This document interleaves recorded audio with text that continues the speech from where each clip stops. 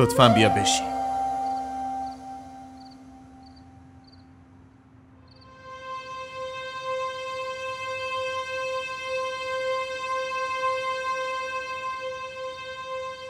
اتفاقی افتاده. چی شده که آدم محکمی مثل تو اینجوری شکسته؟ فقط ساکت کنارم بشی. من نیومدم اینجا که ساکت بشینم.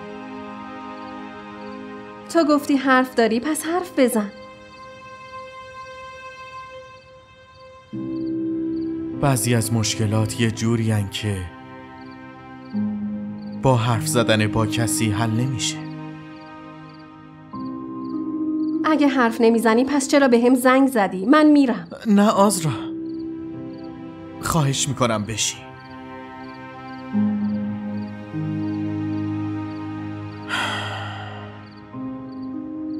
فرض کن که امروز نتونستم توی تنهایی خودم گریه کنم. راستش اومدم که بهت نشون بدم توی این دنیا فقط تو نیستی که غم و غصه داری. منم دارم. هر اتفاقی برام افتاده تو از همش خبر داری. راستش من فکر می‌کردم فقط در حق زنا ظلم میشه. در حق تو چه ظلمی شده؟ دردت چیه؟ میخوای بشنوی؟ من تنها پسر خانواده، شاگرد ممتاز استادام و برادر یه خواهر ناکامم. تو دانشگاه مقطع فوق لیسانس میخوندم.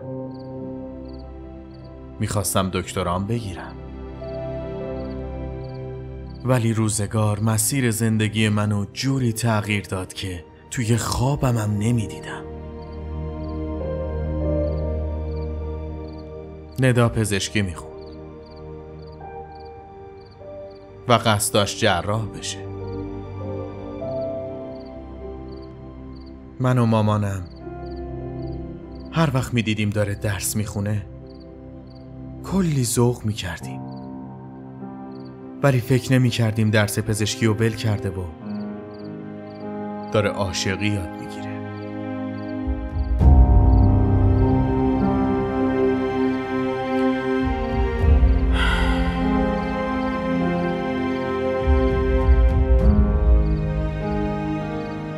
ما هیچ وقت نفهمیدیم که آبجی ندا عاشق شده. اونم عاشق یه آدم خطرناک.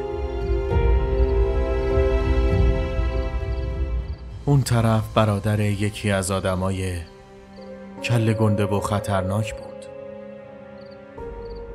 همایون.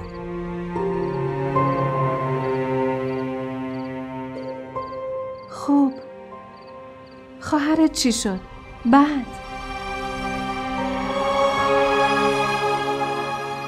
بعدش یه شب ندا رو توی ماشین همایون دیدم. بعد از اون روز زندگی رو برامون مثل زهر تلخ کردن.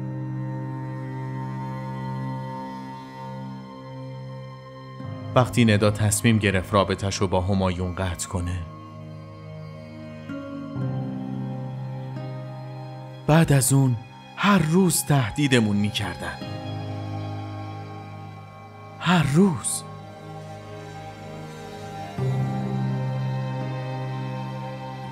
میگفتن اگه آبروتون براتون مهمه باید به ازدواج ندا و همایون رضایت بدی. بعد از اون بود که همایون خودش شروع کرد به اذیت کردن ندا. تازه ندا متوجه شده بود که این عشق نیست. بعد از اون دیگه کارشون به جایی رسیده بود که عکس ندا و همایون رو چاپ کردن و روی تمام دیوارای محله چسبوندن.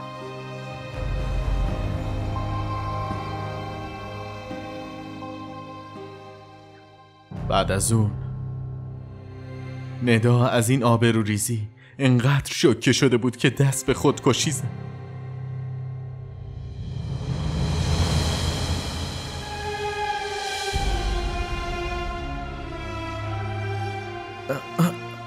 قبل از اینا وقتی که ندا پیش همایون بود من رفتم بیارمش، ولی بعدش همایون اسلحه کشید و درگیری شد. توی اون لحظه من واقعا نمیدونم چی شد و نفهمیدم که اون اسلحه چجوری شلیک شد و اون گلوله دقیقاً به سمت گلوی همایون شلیک شد و اون کشته شد. قتل همایون افتاد گردن من و من مجرم شدم. قتل؟ آره درسته، قتل. 2 سال پروندم در جریان بود. خواهر عزیزم رو از دست دادم. مامانم من بیچاره از همه چیش گذشت که بچه‌ش رو نجات بده. توی دادگاه وقتی که مدارک و شواهد رو دیدن آزادم کردن، ولی برادراش میگفتن که نمیذارن زنده بمونم. گفتن منو تیکه تیکه میکنن و میندازن جلوی سگاشون. از اون روز به بعد ندیم کنار منه. این خونه یه داییشه. به خاطر همینه که من توی اون خونه حبس شدم.